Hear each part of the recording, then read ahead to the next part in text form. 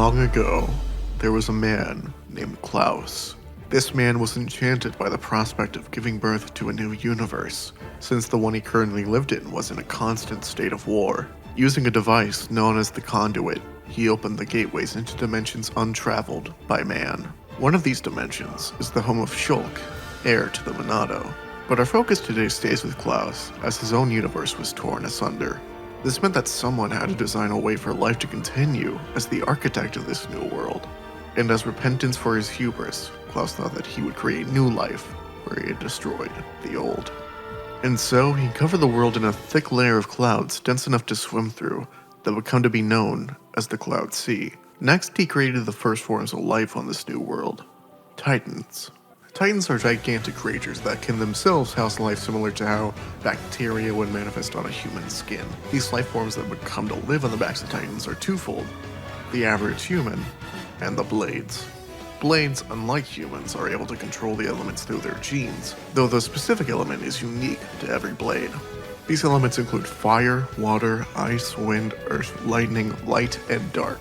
Despite this power, to fully utilize it, Blades must have a solid bond with the humans that awaken them. Thus, the relationship between a Blade and their driver was born.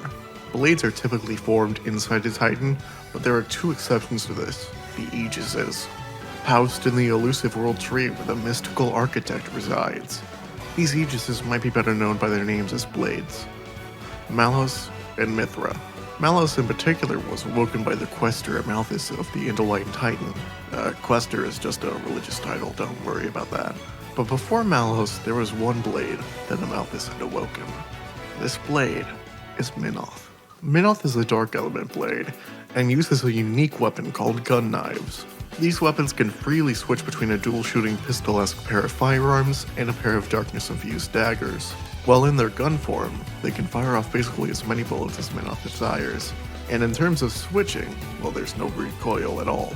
Minoth can switch between gun and knife mode to his heart's content, and he has a few abilities that take advantage of that fact. With Espada, he continuously slashes at the opponent before sending a boatload of bullets their way. With Ciclone, he spins around while sending bullet after bullet his opponent's way. With Crucieta, he slides into position before spinning back up while firing along the way. And with the Scorpion, he can pass along his weapons with his driver while continuously dealing damage, ending with a simultaneously teamwork-led slashing gunfire. Along with these special abilities, Minoth also has techniques known as arts that he can use with some extra effects depending on the art. For example, his main art, known as Duelo, has the effect of erasing the attack potency of all other arts and gaining the aggro of whatever enemy he's facing. With Protocon, at the cost of 10% of his health, he can gain immunity for the duration of the attack. With Hilo, the next art used has a boosted attack, and with Dorso, he can raise his and his allies' accuracy.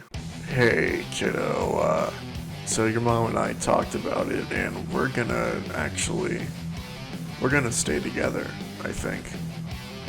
But the reason isn't you this time, it's because Ben is doing another character preview for Luxu in a couple days, and releasing the full episode in a week.